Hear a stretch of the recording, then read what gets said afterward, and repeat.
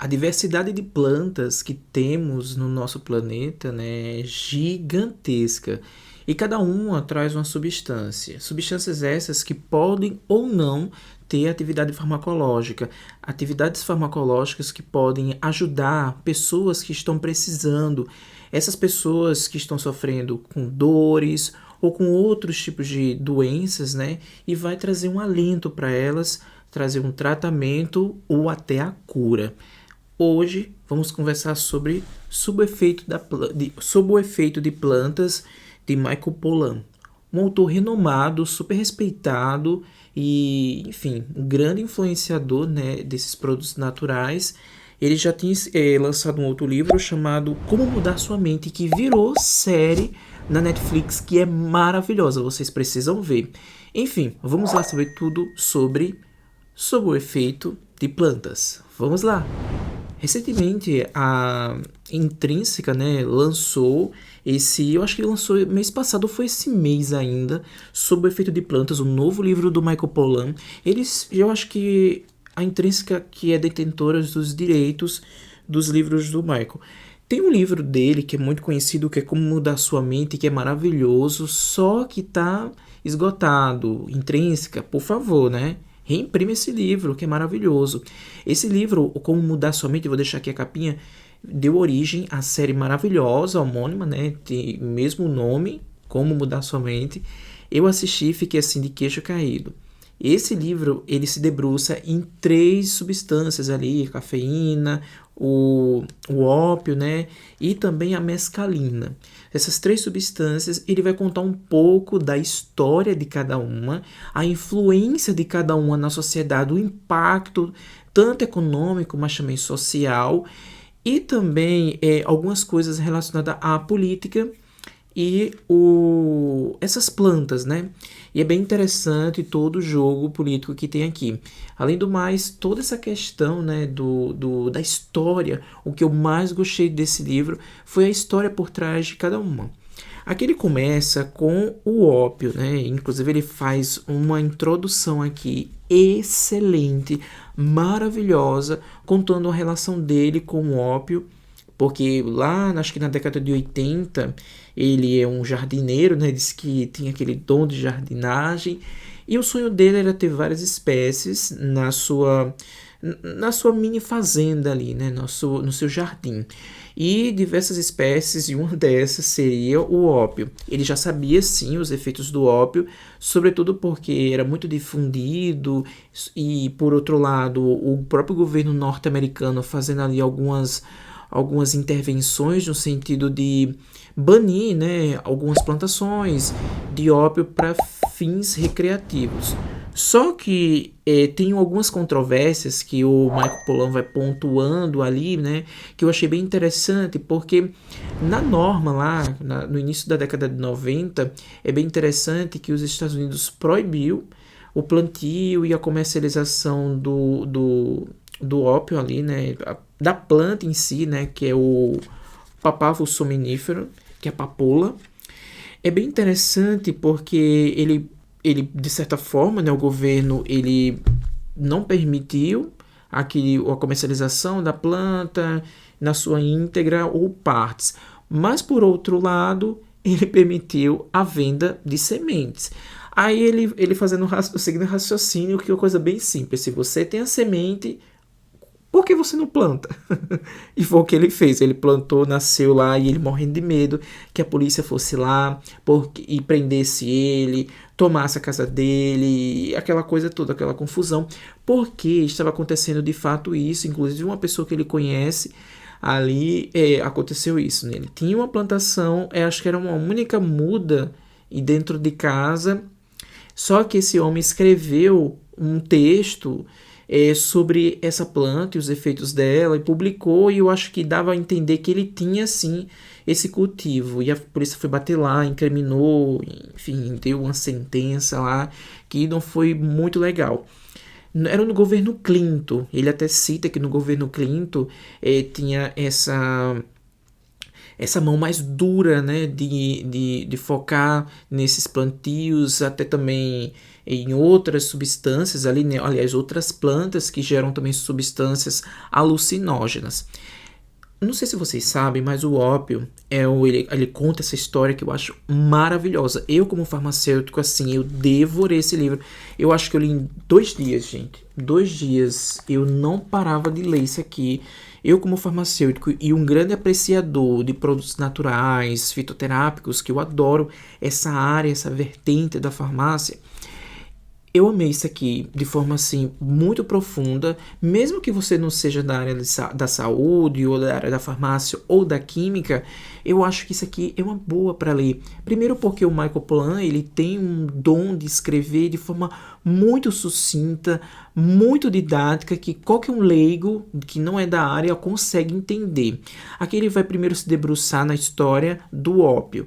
E ele vai contar a história do ópio, sobretudo essa questão econômica. E aí ele vai citar sobre a guerra do ópio, essa guerra entre China e ali o Reino Unido, né, que tinha um interesse muito grande no ópio. Além do mais, ele vai citar essas questões dos fins terapêuticos, né, dessa planta ali, e o uso dela é muito difundido no período ali da Era Vitoriana.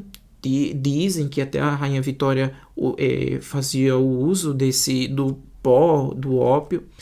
Então, ele conta um monte dessas coisas interessantes, né? Do uso difundido, que ele disse que tinha basicamente na época ali da Era Vitoriana, tinha quase em tudo, tinha ópio no meio. Era um creme, era um chá, era coisas assim muito simples, mas tinha o ópio ali e era algo que estava crescendo de forma muito avassaladora. Teve essa guerra ali do ópio, a Ásia era um dos grandes produtores de ópio do mundo, exportava para o mundo inteiro. Então o mundo virou os olhos ali para a Ásia, sobretudo por causa dessa comercialização do ópio. E aí o ópio, gente, ele hoje, né, claro que não a planta em si, mas hoje temos substâncias, né, moléculas sintéticas que foram feitas em laboratórios, mas que a sua origem é do ópio.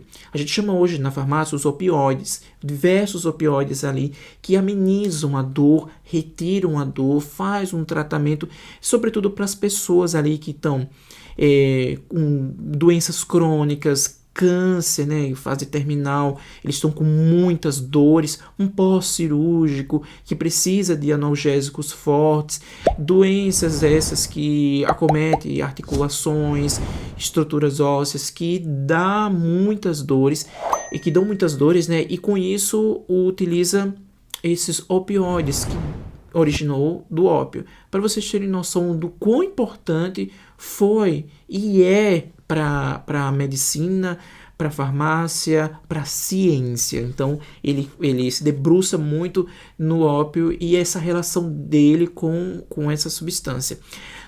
Depois ele vem com a cafeína, né? E aí ele faz contraponto com o ópio e com outras substâncias, que é bem interessante, porque a cafeína é legalizada no mundo todo e é uma substância ali que, de certa forma, ela traz um prazer, ela traz uma analgesia também, ela é um estimulante, né? Então ele traz essa história, ele conta um pouco da história do café, conta a história da cafeína e mostra onde possivelmente possa ter cafeína, que muitos podem pensar só tem no café, não necessariamente. Ele tem também chás, né? Chás com altas concentrações de cafeína, e ele vai citando isso ao longo aqui da história da cafeína, do capítulo da cafeína. O que é bem interessante é que ele também conta um experimento que ele fez, né? Que ele bebia muito café e também ele cita outros amigos, né? E outros exemplos. Bebia muito café e vai fazer o desmame. O desmame é nada mais nada menos do que você retirar substâncias aos poucos. Substâncias essas que são viciantes.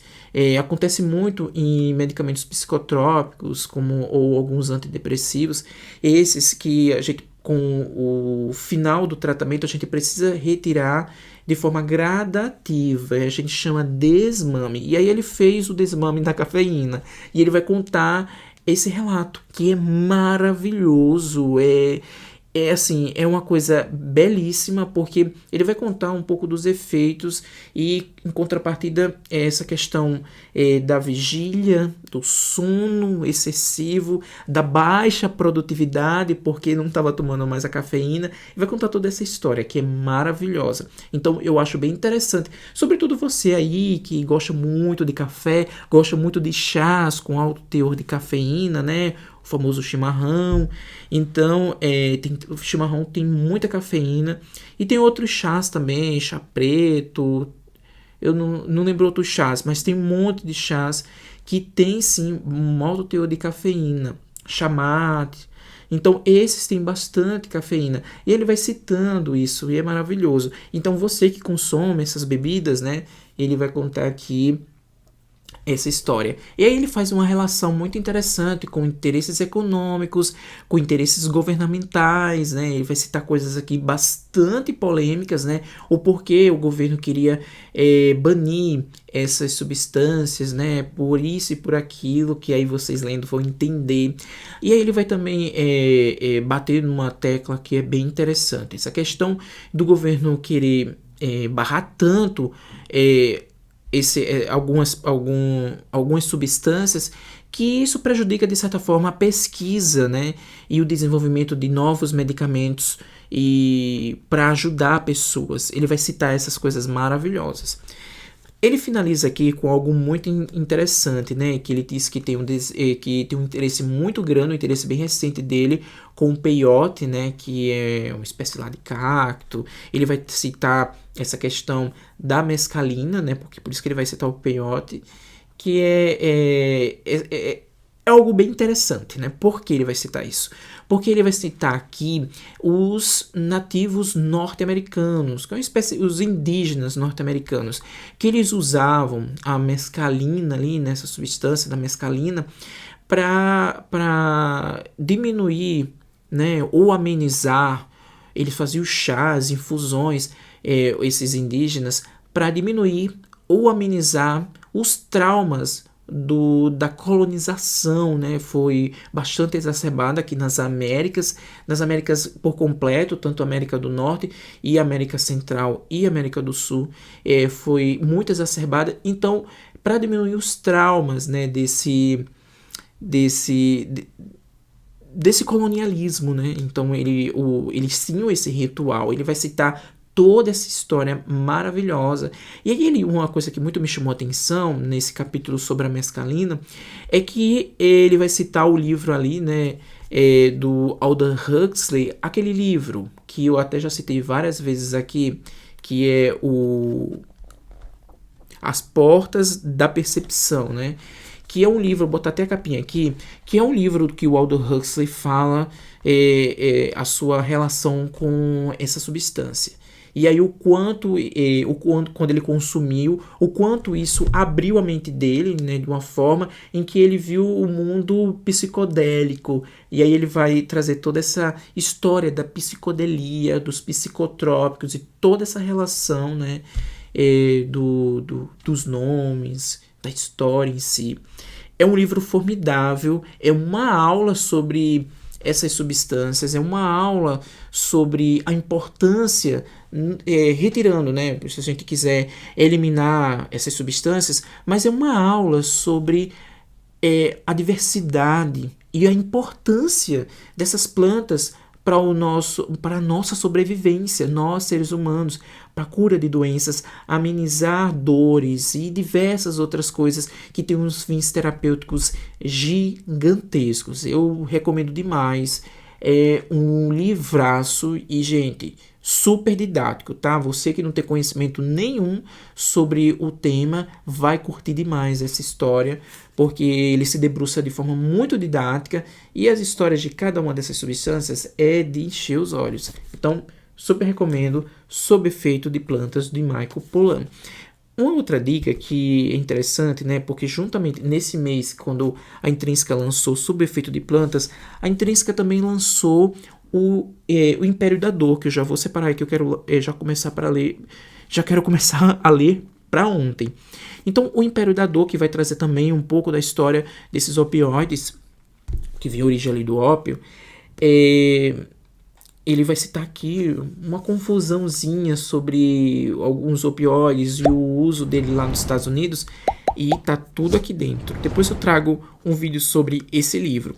Aí eu fiquei pensando, gente, uma coisa aqui que me veio à mente, e ele fala dos opioides aqui, a Intrínseca lançou esses 2 livros que traz esses temas, né, bem interessantes. Aqui ele vai trazer mais essa questão da vertente da indústria farmacêutica. Mas uma coisa que eu achei interessante é que a Intrínseca está lançando muita coisa com os temas ali relacionados, né? Vocês lembram, né, aquele livro, né, da Guerra da Papoula, né? A Guerra da Papoula, lembram? Que eu fiz um vídeo aqui pro canal, vou deixar aqui nos cards, sim. A Guerra da Papoula, que agora tem um livro novo também que a autora lançou. E é interessante porque neste livro, né, da Guerra da Papoula, ele também conta um pouco da história do ópio, né, da guerra a guerra do ópio lá, né, a guerra lá na China e o consumo dele. Ele cita nos primeiros capítulos, né, essa guerra do ópio, essa luta, né, e esse consumo e o comércio lá. Claro que ali é ficção, mas tem um ar, sim, de verdade ali, porque a história por trás ali é uma história verdadeira, né, que de fato existiu na China. Então, vocês vão poder ver agora a forma mais real e verdadeira nesse livro ali. Ali era só ficção, aqui é real, verdade. É isso, espero que vocês tenham gostado. Se gostou, dá um like. Se não está inscrito no canal, se inscreve. E, gente, uma coisa que eu sempre digo, conhecimento não é demais. Sempre tem um espaçozinho para você conhecer novas histórias, novas vertentes. E aqui é uma aula, exatamente isso, uma aula sobre produtos naturais e os efeitos que eles têm para nós, seres humanos, sobretudo para nossa sobrevivência. Tchau, gente!